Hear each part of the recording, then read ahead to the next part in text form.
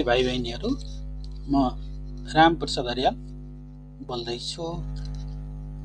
यो लकडाउनको कारणले धेरै समस्या आयो। अलिकति छिटो खुल्ला भनेर आश गर्दा गर्दा गर्दा समय धेरै व्यतीत भइसक्यो।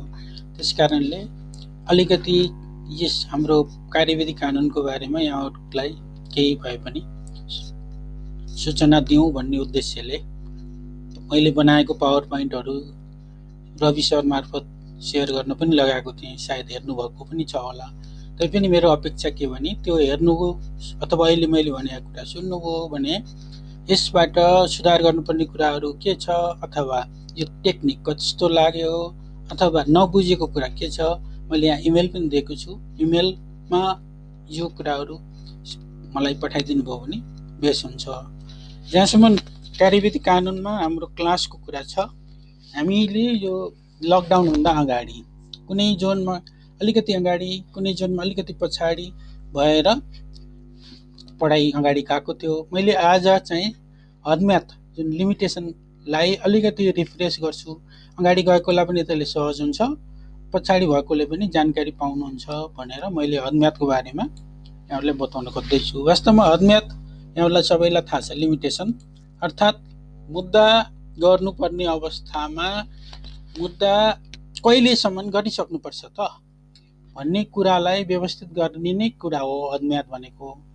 जसले अन्याय महसुस गर्छ उसले कहिलेसम्म अदालतमा न्यायको लागि गइसक्नुपर्छ भनेर तोकिएको समय सीमा नै हदम्याथ अर्थात् लिमिटेसन हो। समाजमा निश्चितता ल्याउनको लागि निश्चित समयभन्दा पछाडि मुद्दा चल्न सक्दैन।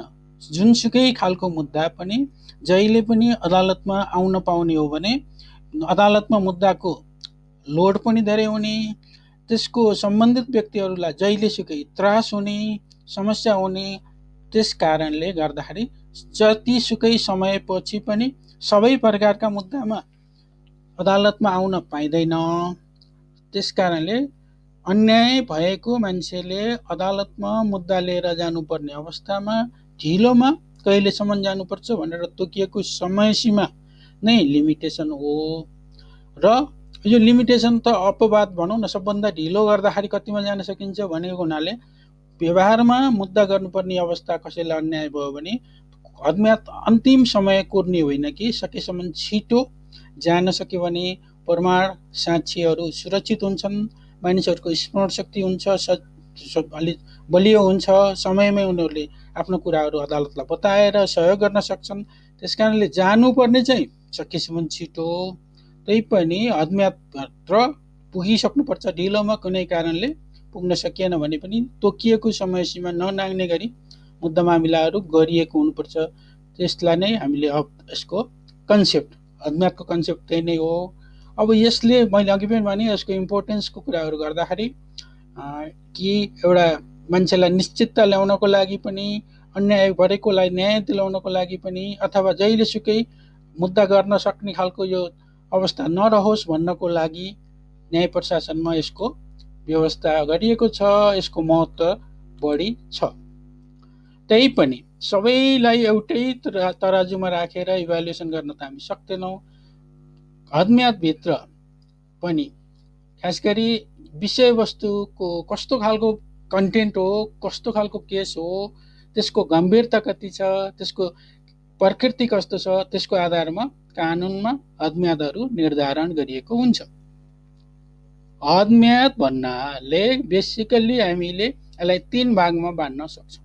एउटा फिक्स निश्चित गरिएको हदम्याथ, अर्को ओपन खुला, र यस दुईटाको मिश्रित रूप पनि हुन सक्छ।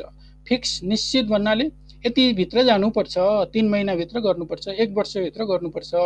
अर्को हदम्याथै तोकिएको हुँदैन, त्यस्तो हदम्याथ नतोकिएको विषयमा त्यसलाई ओपन लिमिटेसन, खुला हदम्याथ भन्छौँ। त्यस्तोमा मुद्दा गर्नुपर्ने अवस्था आयो भने पछिसम्म पनि गर्न पाइन्छ। कतिपय कुराहरू चाहिँ कन्डिसनल हुन्छ। फिक्स त हुन्छ, त्यही पनि कहिलेकाहीँ त्यो कुराहरू उसले तोकेको, कानुनले तोकेको रिक्वायरमेन्टहरू पुरा गर्यो भने फेरि अरूलाई पछाडि पनि मुद्दा गर्न सकिने भएको हुनाले मोटामोटी रूपमा भन्दा ओपन उल्लेख नभएको, ओपन खुला या फिक्स्ड गरिएको वा कहिलेकाहीँ शर्तसहित राखिएको हुनाले हामीले अज्ञातलाई निश्चित, खुला वा मिश्रित भनेर विभाजन गर्न सक्छौँ। जस्तो कतिपय गम्भीर प्रकृतिका घटनामा कानुनमा उजुर गर्ने अज्ञात नै उल्लेख गरिएको छैन, हुँदैन। यस्तो अवस्थामा जहिले पनि मुद्दा गर्न पाइन्छ। तर यस्तो सुविधा सबै खालको मुद्दामा आउँदैन। यसको गाम्भीर्यता, कसुर अथवा घटनाको असर, इम्प्याक्ट कस्तो पर्छ, उसले गरेको भनिएको कसुर कस्तो हो, यसको आधारमा कहिलेकाहीँ जहिलेसुकै उजुर गर्नुपर्ने पनि हुन सक्छ। र खास गरी अब हामीले अज्ञातको बारेमा कुरा गर्दाखेरि अहिलेका देवानी कार्यविधि संहिता 74, फौजदारी कार्यविधि संहिता पनि 2074, यो कार्यविधि संहिताहरूलाई बेस गर्नुपर्ने हुन्छ।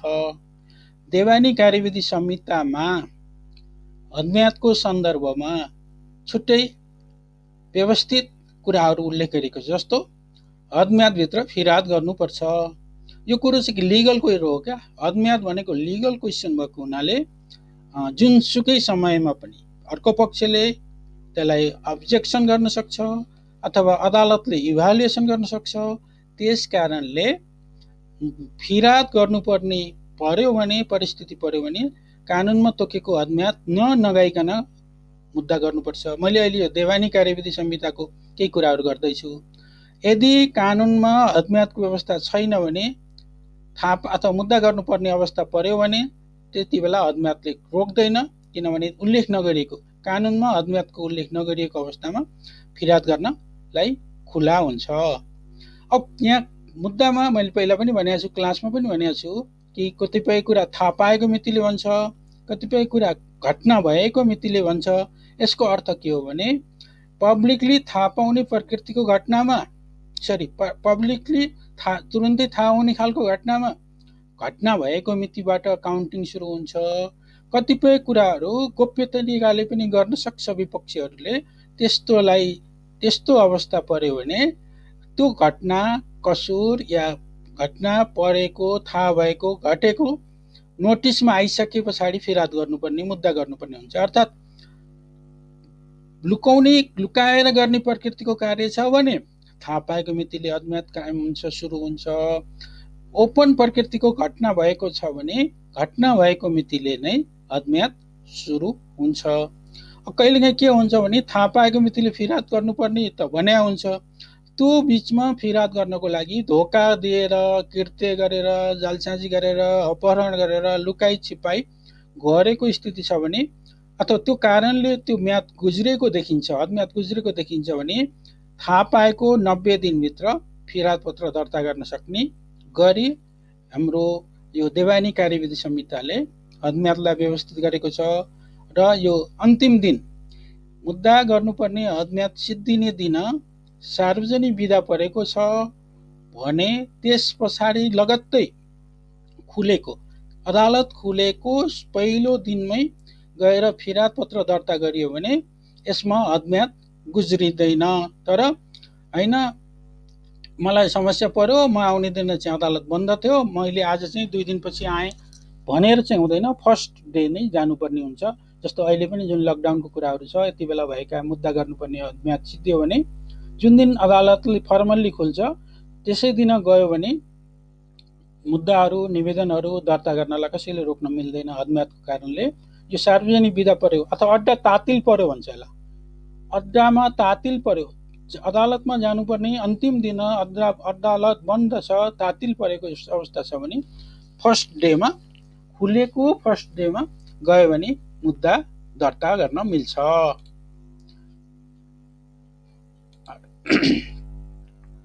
अनि अब यो कतिपय कुराहरू मैले भने सक्षम, असक्षम, अर्धसक्षमको कुरा मैले क्लासमा गरेको थिएँ। अहिले म एकचोटि फेरि दोहोऱ्याउँ। सक्षम भनेको 18 वर्ष पुगेको होस् ठेगानामा भएको मान्छेलाई सक्षम मानिस भनिन्छ। 10 वर्षदेखि 18 वर्ष बिचको मान्छेलाई अर्धसक्षम भनिन्छ। र 10 वर्ष उमेर नपुगेको वा होस् ठेगानामा नभएको मानिसलाई हामीले, हाम्रो कानुनले असक्षमको उसमा राखेको स्थिति छ। त्यसकारणले खास गरी यो नाबालक र होस ठेगानामा नभएका मान्छेका सन्दर्भमा अलिकति विचार गर्नुपर्ने कुरा के रह्यो भने नाबालक जस्तो 10 वर्ष क्रस गरेको नाबालकले आफै मुद्दा गर्न सक्ने सम्भावना हुन्छ। गार्जियनलाई चाहिँ सरकारवालालाई रोबरमा राखेर अथवा बच्चाको हकमा सरकारवालाले नै मुद्दा गरिदिन सक्छन्। होस ठेगानामा नभएको मान्छेको तर्फबाट सरकारवालाले नै मुद्दा गरिदिन सक्छन्। अर्थात् असक्षम मान्छेको तर्फबाट वा केही हदसम्म अर्धसक्षम व्यक्तिको तर्फबाट सरकारवालाले समयमै मुद्दा गरिदिएका छन् भने ठिकै छ। यदि सम्बन्धित व्यक्तिले मुद्दा गर्न नमिल्ने नसक्ने अवस्था रहेको सरकारवालाले पनि मुद्दा नगरेको अवस्था हो भने त्यस्तोमा नाबालकको हकमा 18 वर्ष पुगेको मितिले होस ठेगानामा नभएका मान्छेको हकमा ऊ सधैँ भएपछि उनीहरूको हकमा अज्ञातको काउन्टिङ सुरु हुन्छ। अर्थात् यसलाई मैले भन्न खोजेको कुरा के हो भने नाबालकको तर्फबाट या होस ठेगानामा नभएका मान्छेको तर्फबाट समयमै कसैले सरकारवालाले मुद्दा गरिदियो भने दोहोऱ्याएर मुद्दा गर्नु परेन। सरकारवालाले बच्चाको हकमा या यो होस ठेगानामा नभएको मान्छेको हकमा मुद्दा गरिदिएका छैनन् भने उनीहरू होसमा आएको मितिबाट अथवा बच्चाको हकमा 18 वर्ष पुगेको मितिबाट कानुनमा उल्लेख गरिएको अज्ञातको काउन्टिङ सुरु गर्नुपर्छ भनेर हाम्रो कानुनले व्यवस्था गरेको छ। यो अज्ञातको सन्दर्भमा भन्दाखेरि एउटा भुल्नै नहुने कुरो महत्त्वपूर्ण कुरा के भने यसको प्रिन्सिपल कुरा के हो भने जेनरली अज्ञात लिमिटेसन थाम्न पाइँदैन, एक्सक्युज माग्न पाइँदैन।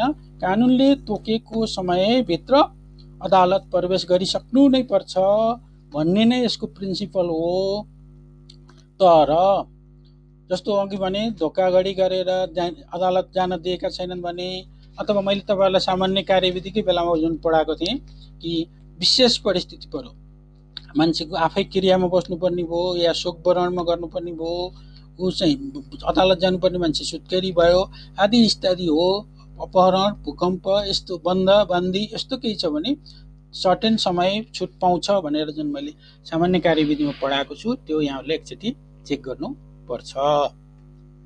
र काउन्टिङ कसरी गर्ने भन्दा अज्ञातको काउन्टिङ गर्ने तरिका गणना कसरी गर्ने त भन्दा कानुनमा दिन तोकिएको छ 1 2 3 दिन नै गरेर गर्नुपर्छ र यस्तोमा जुन दिनदेखि अज्ञात प्रारम्भ भएको हो भोलिदेखि त्यसको भोलिपल्टदेखि 1 भनेर गणना गर्नुपर्छ, 1 भनेर गणना गर्नुपर्छ। 30 दिन भनेको छ भने 35 दिन भनेको छ भने 90 दिन भनेको छ भने अब यहाँ महिनाको 30 दिन भनेको छ 1 महिनाको 30 दिन हुन्छ भनेर होइन कि 30 दिन भनेको छ भने 1 2 3 नै सुरु हुन्छ। महिना भनेको छ भने जति दिनको 29 दिनको महिना होस् 30 दिनको महिना होस् जे होस् त्यो हिसाबले 1 महिनाको हिसाब गरिन्छ। जस्तो वैशाख 10 गतेबाट घटना भएको अवस्थामा 1 महिना भन्नु पर्यो भने अब 11 गतेदेखि काउन्ट हुने भयो, जेठको 10 गते भित्र 10 गते के भयो 1 महिना पुरा भयो। त्यो बीचमा दिन कति भयो त वैशाखको 11 गतेदेखि जेठको 10 गतेसम्म कति दिन भयो हामीले त्यो गर्नु पर्दैन। 1 महिना भएको हुनाले 11 गतेदेखि सुरु गरेको महिना 10 गते अर्को महिनाको 10 गते सिद्धिन्छ। यो सामान्य हिसाब हो, त्यसकारणले यस्तोमा दिन काउन्टिङ हुँदैन, महिना काउन्टिङ हुन्छ। यदि वर्ष हिसाब गरेको छ भने 12 महिनाको अवधिलाई लिनु पर्यो, 12 महिनाको अवधिमा कति दिन भयो के भयो त्यो हेर्नु परेन। त्यसकारणले काउन्टिङ अज्ञातको काउन्टिङ दिनको कारणले गर्नुपर्ने दिनगन्तीमा गर्नुपर्ने हो भने 1 2 3 काउन्ट गर्नेरै गर्नुपर्छ। महिनामा बन्यो भने 1 महिनाको हिसाब गर्नुपर्छ, अर्थात् संक्रान्तिको हिसाब भनौँ अथवा 30 दिनको हिसाब भनौँ। 30 दिन गर्ने चाहिँ होइन कि 11 गते सुरु भयो भने 10 अर्को महिनाको 10 गते सिद्धियो, 15 गते सुरु भयो भने अर्को महिनाको 14 गते 1 महिना पुग्यो। यसरी हिसाब गर्ने। वर्ष हो भने वर्षमै यसलाई काउन्टिङ गर्नुपर्छ। र यो देवानी कार्यविधि संहितामा अब सबै विषयमा यो कहाँ छ भन्दा देवानी संहितामा पनि छ। देवानी संहिताको हरेक च्याप्टरमा अज्ञातको व्यवस्था गरेको छ। फौजदारी कुरा हेर्यो भने अपराध संहिताको हरेक च्याप्टरमा अज्ञातको व्यवस्था गरेको छ। देवानी कार्यविधि संहिताले अहिले के भन्दैछ भने त्यो देवानी संहितामा उल्लेख गरिएका हक अधिकार विषयवस्तुका सन्दर्भमा मुद्दा गर्नु पर्दाखेरि कुनै विषयमा त्यो देवानी संहिताले या कतिपय ठाउँमा देवानी कार्यविधि संहिताले हदम्याद फिक्स गरेको हुनाले यो देवानी विषयमा जहिले सुकै पनि मुद्दा गर्न पाइन्छ। केही कुरामा जस्तो गलत तरिकाले गिरफ्तार गरियो वा थुनामा राखियो जस्तो नागरिक अधिकारको हनन भएको स्थिति छ भने मर्का पर्ने व्यक्तिले जहिले सुकै पनि मुद्दा गर्न पाउँछ।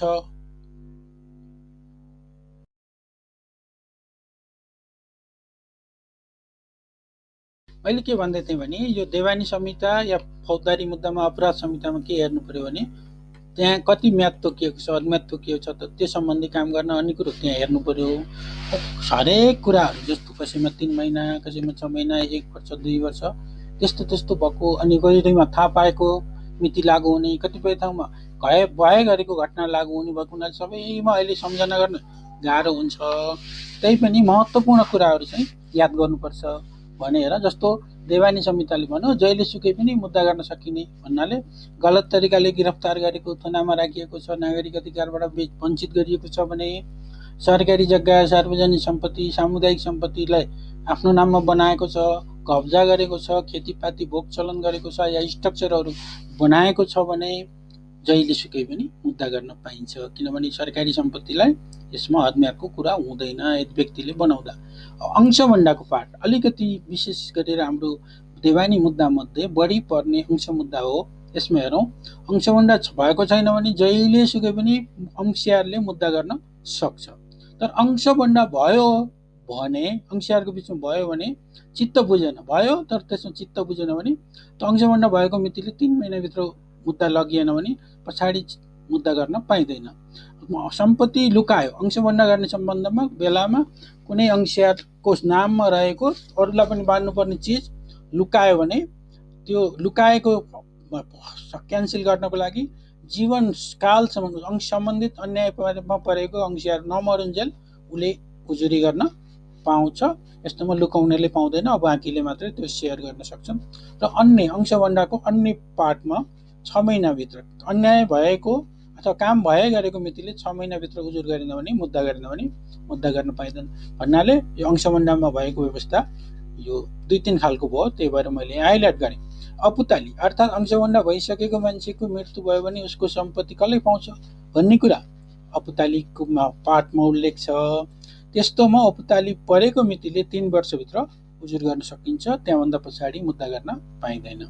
गुठीको बारेमा अलिकति याद गर्नुपर्ने छ। अहिले कम्प्लेक्स पनि छ हाम्रोमा। सर्टेन कुरामा हदम्यादै लाग्दैन, जस्तो गुठीको सम्पत्ति हिनामिना गर्यो, त्यसको बारेमा कृत्य कागज जालसाजी गर्यो, सम्पत्ति मासेर खायो, मेटायो, गुठी राख्दाखेरिका शर्त विपरीतको काम गर्यो र फाइदा लियो वा सम्पत्ति फिर्ता गराउनु पर्ने अवस्था छ त्यो सम्बन्धित व्यक्तिबाट भने यस्ता इस्युमा गुठीका सम्बन्धमा कहिले पनि हदम्याद लाग्दैन। सो बाहेकको अन्य काम पर्यो, मुद्दा गर्नु पर्यो भने नालिस गर्नुपर्ने कारण भएको मितिले 6 महिनाभित्र हदम्याद तोकिएको छ, त्यहाँभन्दा ढिलो गर्न मिल्दैन। सम्पत्ति हस्तान्तरण हाम्रो नेपाली समाजमा बढी देवानी मुद्दामा समस्या यो परिरहेको हुन्छ। एउटाको सम्पत्ति उसले हस्तान्तरण गरेकोमा उसको हकवालाहरूले बदर गराउन आइरहने स्थिति छ। शेषपछि हक पुगेको हो भने मृत्यु भएको जुन मान्छे धनी हो त्यो मान्छे मरेको मितिले 6 महिनाभित्र उजुर गरिसक्नु पर्यो। अरू कुरा आफूलाई अन्याय परेको छ भने काम भएको थाहा पाएको मितिले 6 महिनाभित्र सम्पत्ति हस्तान्तरणलाई च्यालेन्ज गरिसक्नु पर्यो। विदेशीलाई सम्पत्ति दिन पाइँदैन, विदेशीलाई अचल सम्पत्ति हस्तान्तरण गरेको छ भने जहिले सुकै पनि मुद्दा गर्न सकिन्छ। अरू अड्डा अदालत मालपोतमा गएर रजिस्ट्रेसन गरेको कागजहरू छ भने त्यो रजिस्ट्रेसन भएको 6 महिनाभित्र थाहा पाएको मितिले 35 दिन, यो दुईटै कुरा एकैचोटि आउँछ। 6 महिना कट्नु पनि भएन, 6 महिनाभित्र विदिन 6 मन्थ, फेरि 6 महिनाभित्र जुन दिन थाहा पाइयो त्यो मितिले 35 दिनभित्र यो हकसफाको मुद्दा दिन पनि सकिन्छ। यो अंशियारहरू, हकवालाहरू, सन्धि सर्पण पर्ने हकवालाले यो मुद्दा दिन पर्यो भने 6 महिनाभित्र थाहा पाएको 35 दिनभित्र यो हकसफाको लागि निवेदन मुद्दा दिइसक्नुपर्छ। लेनदेन अर्को हाम्रो यहाँ धेरै भइरहने चिजहरू के हो? लेनदेन हो। देवानी मुद्दामा असक्षम वा अर्धसक्षम व्यक्तिको सम्पत्ति बिगारेको छ अथवा ऊ छ ब्याज लिएको छ, त्यसलाई स्याज भन्छ नेपालीमा, त्यो छ भने यस्तो दुईटा इस्युमा लेनदेनको लागि अज्ञात छैन, लाग्दैन। घरयासी रूपमा तयार भएको लिखतहरूको हकमा 10 वर्षभन्दा ढिलो गर्न पाइँदैन। लिखतमा यदि कुनै अवधि उल्लेख भएकोमा सो अवधि नागेको मितिले र लिखत नभएको अथवा अरू अन्य अवस्थामा मुद्दा गर्नुपर्ने कारण परेको मितिले लेनदेनको बारेमा मुद्दा गरिसक्नुपर्छ। अर्थात् यो अर्धसक्षम असक्षम मान्छेको सम्पत्ति खाइदिने स्थिति हो भने, ब्याजको ब्याज लिने हो भने, ल्याएको अवस्था हो भने अज्ञात छैन, लाग्दैन।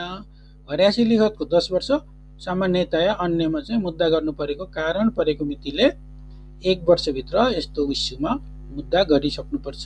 मैले यो 3-4 मात्रै उदाहरण भने, देवानी सम्बन्धमा जस्तो गुठीको कुरा गरेँ, सम्पत्ति हस्तान्तरणको कुरा गरेँ, लेनदेनको कुरा गरेँ, अंशको कुरा गरेँ। सो बाहेक देवानी विषयमा के कति अज्ञात छ त भन्नाले सम्बन्धित च्याप्टरमै हेर्नुपर्ने अवस्था हुन्छ। त्यसरी यहाँले देवानी मुद्दाको बारेमा बुझ्नुभयो भने बेस होला। अब अलिकति फौजदारी मुद्दाको हेरौँ। हाम्रो अपराध संहिता र फौजदारी कार्यविधि संहिताले पनि विभिन्न खालको अज्ञातको टाइम फ्रेमहरू फिक्स गरेको छ। जस्तो जहिले सुकै पनि उजुर लाग्न सक्ने व्यवस्था छ। जस्तो देशको सार्वभौम सत्ता, अखण्डता, राष्ट्रिय एकता उप खलल गरेको छ, राजद्रोह गर्ने, राष्ट्रहित प्रतिकूल हुने गरी काम गर्ने, जेनोसाइड जाति हत्या गर्ने, नेपाल विरुद्ध युद्ध गर्न वा नेपालसँग युद्धमा संलग्न राज्यका सेनालाई सहायता गर्ने, राष्ट्रपति उप आक्रमण गर्ने, कसैले अधिकारी अनुसन्धान अधिकारी अधिकार प्राप्त अधिकारीले पक्राउ गर्नलाई बाधा विरोध गर्ने, पक्रिनुपर्ने मान्छेलाई उम्काउने, थुनाबाट भाग्ने, बगाउने, व्यक्ति विशेषले सार्वजनिक घर जग्गा, सार्वजनिक सम्पदा आफ्नो बनाउने, प्राकृतिक सम्पदा अतिक्रमण गर्ने, मान्छेलाई दास बनाउने, बन्धक बनाउने, बाँधा राख्ने अथवा ज्यान मार्ने नियतले कुनै काम गर्ने, ज्यान जान सक्ने काम गर्ने, आवेशमा होस् या लापरवाहीबाट होस् या हेलचक्राइबाट होस्, यसरी ज्यान मारेको कुराहरूमा चाहिँ पनि यो मुद्दामा अज्ञात यस्तोमा लाग्दैन। पर्टिकुलरली ज्यान सम्बन्धी मुद्दामा के लेखा छ त भन्दा, जुन मान्छेले गल्ती गरेको, अपराध गरेको ऊ आफैले आएर साबिती भयो भने त जहिले सुकै मुद्दा लाग्छ। ज्यान मरेकोमा होइन, ज्यान त मर्यो, कसैले कर्तव्यको उजुरी परेको छ, फलानुले मार्यो भनेर कसैले उजुर गरेको छ, तर अनुसन्धानबाट कर्तव्यवाला यकिन भएन भने 20 वर्षपछि उजुरै परेन भने घटना भएको 2 वर्षपछि मुद्दा लाग्दैन। कसुरदार साबित भएको छ भने जहिलेसुकै लाग्छ। कसुर गरेको भनेर उजुरी परेको छ, कल्प्रिट कन्फर्म भएको छैन, 20 वर्षपछि लाग्दैन, 20 वर्षसम्म लाग्छ। कर्तव्यको उजुरै परेन भने ज्यान मरेकोमा 2 वर्षपछि मुद्दा लाग्दैन। ज्यान मार्ने नियतले कुनै काम गर्ने, ज्यान जान सक्ने काम गर्ने, आवेशमा आएर ज्यान लिने, लापरवाही वा हेलचक्राइ रेकलेसनेस नेग्लिजेन्स गरेर ज्यान मार्ने, कसैलाई फाल्ने, परित्याग गर्ने वा व्यवस्था गरी छाडेको कारणले यदि बच्चा मरेको स्थिति हो भने यो ज्यान सम्बन्धी माथि भनेका कुराहरू आकर्षित हुन्छ।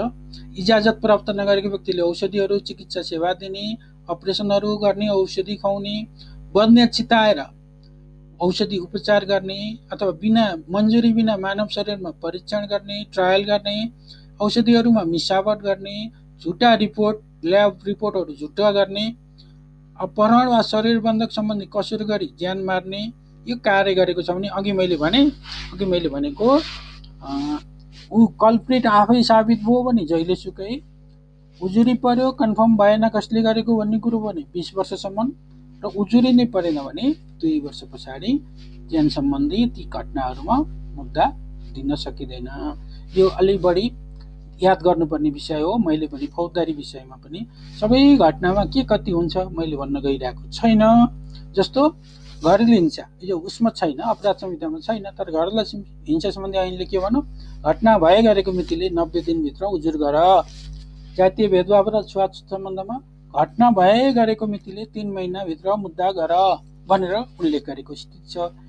विशेष गरी जस्तो भ्रष्टाचार, मानव बेचबिखन जस्ता मुद्दाहरूमा अज्ञात नै तोकिएको छैन। यस्तोहरूमा जहिले पनि अहिले मुद्दा लाग्छ। त्यसकारणले फौजदारी मुद्दामा पनि के विषयमा जहिलेसुकै उजुर गर्न पाइन्छ अथवा ज्यान सम्बन्धी घटनामा के हुन्छ, या घरेलु हिंसा, जातीय भेदभाव, भ्रष्टाचार, मानव बेचबिखनमा के अद्म्यात छ मैले भने। तर पर्टिकुलरली घटनाको सन्दर्भमा चाहिँ सम्बन्धित कानुनको सम्बन्धित पार्ट नै उ गर्नुपर्ने हुन्छ, हेर्नुपर्ने हुन्छ। तपाईको कोर्समा पनि छ, सरी कोर्समा के छ, अद्म्यात भने के हो, देवानी मुद्दामा कति कसरी अद्म्यात लागू हुन्छ, फौजदारी मुद्दामा कति अद्म्यात हुन्छ, कन्ट्र्याक्चुअल एब्लिगेसनहरुमा कति अद्म्यात हुन्छ भन्ने कुरा हाम्रो च्याप्टर जो सिलेबसमा पनि छ। मैले देवानीको कुरा गरेँ, फौजदारीको कुरा गरेँ। अब अलिकति कन्ट्र्याक्टको कुरा गर्दाखेरि, कन्ट्र्याक्ट भनेपछि अर्थात् यस कन्ट्र्याक्टका विषयवस्तुमा मुद्दा गर्ने कुराहरुमा त सबभन्दा बढी हामी डिपेन्ड केमा हुनु पर्यो भने कन्ट्र्याक्टमै निर्भर हुनु पर्यो। करारमा कति अद्म्यात रहने भन्ने कुरा सम्बन्धित पार्टीहरुको बीचमा भएको कन्ट्र्याक्टमा के लेखिएको छ त्यसै आधारमा हुन्छ। कन्ट्र्याक्ट पनि लिगल्ली हुनु पर्यो, बदर गराउन सकिने खालको भाइडेबल टाइप्सको कन्ट्र्याक्ट छ भने मुद्दा गर्नुपर्ने कारण उत्पन्न भएको मितिले 1 वर्षभित्र मुद्दा गरिसक्नु पर्यो। अन्य करारको हकमा चाहिँ मुद्दा गर्नुपर्ने कारण उत्पन्न भएको मितिले 2 वर्षभित्र कन्ट्र्याक्टका केसमा अद्म्यात तोकिएको छ। जस्तै यो ज्याला मजदुरी सम्बन्धी विषय, घरेलु सहायकलाई काममा लगाएको विवादहरू भएको विषय हो भने विवाद भएको मितिले 3 महिनाभित्र सरी अन्य कुराको हकमा 35 दिनभित्र मुद्दा गर्नुपर्छ। दुष्कृति अहिले जो ट्रट जुन छ अहिलेको संहिताहरूले समेटेको छ, यस्तोमा चाहिँ काम गरेको मितिले 6 महिना, त्रुटिपूर्ण उत्पादन गर्यो, म्यानुफ्याक्चरिङ गलत तरिकाले गरेको स्थितिमा दायित्वको कुरा छ भने काम कारबाही भए गरेको मितिले 1 वर्षभित्र मुद्दा गरिसक्नुपर्छ। त्यसकारणले हामीले अहिले छलफल गरे अनुसार अद्म्यात भनेको ढिलोमा जान सकिने, मुद्दा लिएर जान सकिने समय सीमा हो। यसमा विषयवस्तुको गम्भीरता र प्रकृति अनुसार तलमाथि हुन सक्छ। कतिपय कुराहरू थाहा पाएको मितिले लागू हुन्छ, कतिपय कुराहरू काम भएको मितिले लागू हुन्छ। देवानी मुद्दामा पनि सर्टेन समय सर्टेन केसमा जतिसुकै अनलिमिटेड अद्म्यात छ भने कतिपय कुरामा फिक्स्ड अद्म्यात भएको हुनाले सम्बन्धित च्याप्टरबाटै हामीले याद गर्नुपर्ने हुन्छ, हेर्नुपर्ने हुन्छ। फौजदारी मुद्दामा पनि सिरियस खालको मुद्दामा अद्म्यात हुँदैन, त्यो अरू मुद्दामा अद्म्यात तोकिएको हुन्छ। त्यो अद्म्यात तोकिएको अद्म्यातभित्र के कुन विषयमा कति अद्म्यात छ भन्ने कुरो सम्बन्धित कानुन दफा च्याप्टरबाटै हेर्नुपर्छ र कन्ट्र्याक्टको कुरा पनि हामीले गर्यौं। अब अद्म्यातसँगै जोडिएर आउने कुरा भनेको थ्योरी अफ ल्याचेज अर्थात् विलम्बको सिद्धान्त। विलम्ब सिद्धान्त भनेको के हो भने ढिलो गर्यो भने, अनावश्यक ढिलो गरेको अवस्था हो भने अदालतले सहयोग गर्न सक्दैन भनिएको हुन्छ। जहाँ अद्म्यात फिक्स मतलब तोकिएको छ, समय निर्धारण गरिएको छ, त्यहाँ यो विलम्बको कुरो लाग्दैन। जहाँ अद्म्यात तोकिएको छैन त्यसको लागि चाहिँ यो विलम्बको सिद्धान्त लागू हुन्छ। विशेष गरी रिटमा विलम्ब पनि यो अद्म्यात जस्तै प्रभावकारी हुन्छ।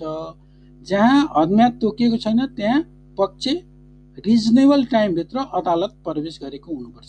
रिजनेबल टाइम छ कि छैन, विलम्ब गरेको छ कि छैन हेर्नु नै विलम्बको सिद्धान्त हो। यदि अनुचित रूपमा अर्थात् अत्यन्त ढिलो गरेर अदालत छिरेको छ भने अनुचित विलम्बको सिद्धान्तको आधारमा अदालतले मद्दत गर्न सक्दैन। अर्थात् सुतेर बस्नेलाई अदालतले मद्दत गर्न सक्दैन भन्ने यो विलम्बको सिद्धान्त हो। यो इक्विटेबल जस्टिस उचित न्याय गर्नको लागि प्रतिपादन गरेको सिद्धान्त हो र यो रिटमा आकर्षित हुन्छ। अर्थात् यो विलम्ब भनेको के बुझ्नु पर्यो भने अद्म्यात तोकिएको छ भने विलम्बको प्रश्न हुँदैन। अद्म्यात तोकिएको छैन भने समयमा रिजनेबल टाइममा अदालत छिर्यो कि छिरेन भनेर हेर्नुपर्छ। रिजनेबल टाइममा छिरेको छ भने उसलाई सहयोग गर्नुपर्छ।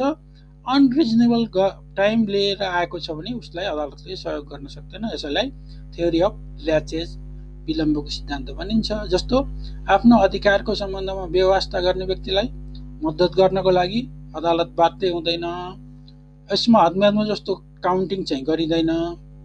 तर यो टाइममा छ कि छैन, रिजनेबल छ कि छैन भन्नको लागि मुद्दाको प्रकृति, सम्बन्धित व्यक्तिले गरेको प्रयास, अदालतमा आउन उसले लगाएको समय यसलाई यदि सहयोग गर्यो भने अर्को पक्षलाई कति असर गर्छ त्यो कुरा सबै विचार गरेर मात्रै ल्याचेज हो वा होइन भनेर अदालतले भन्न सक्छ। अर्थात् त्यो सम्बन्धित केसमै घटनामै मुद्दामै यो डिपेन्ड गर्ने भयो।